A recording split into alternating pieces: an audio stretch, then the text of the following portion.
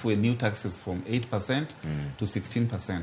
Mane maji yuago nikech ng'ini mano koro nyiso ni nengo ngima dhi idho malo sidiang. Mabe ne gimoro machielo kendo.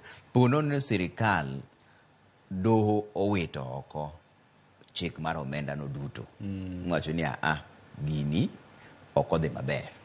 Koro ngiso ni nango jomose nyiewo mafuta gi pesa mang'eny ni onge kaka inyalo duoknegi koro mano dhi nyiso nango koso mane omiyo doho ok nyal timo timilano nikech koro dhi miyo sirkal goko ing'e ni doho koro owito chikro oko to joma koro nosedi asara but we'll just count their losses maonge kama duogo ni pesa mora mora asara isedhi koro isedi asara nikech en tax pesa michoko mafuta na endo itiyo godo iloso other things.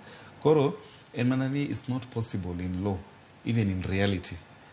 Ni doho can. In fact, Trevor, gini koro wadoke i court is it on Tuesday? For that ruling, yeah, Monday. I can tell you the court will clear the way for implementation of that act. It must lift those orders. Yeah, Nikesh. Yeah, Nikesh, the country judiciary will lack money. Yeah, finance bill, finance act, they might implement tax regime. Kako wachoko pesa. Koro pesa madonje doho no endo, I mean, wukanye endo koponi. Ngiso ni sirkal digo kor. Yeah. Mamane gima koro do dingio mok ni kata gin very sure.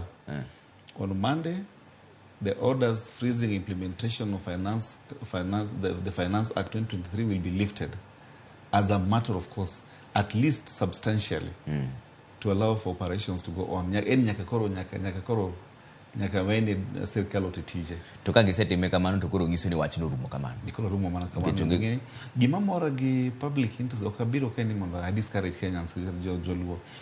Gima mora gi die court. Ngiso ni jopiny wangi neno wangi yaore. Gin alert. Ogikawa things as they are given.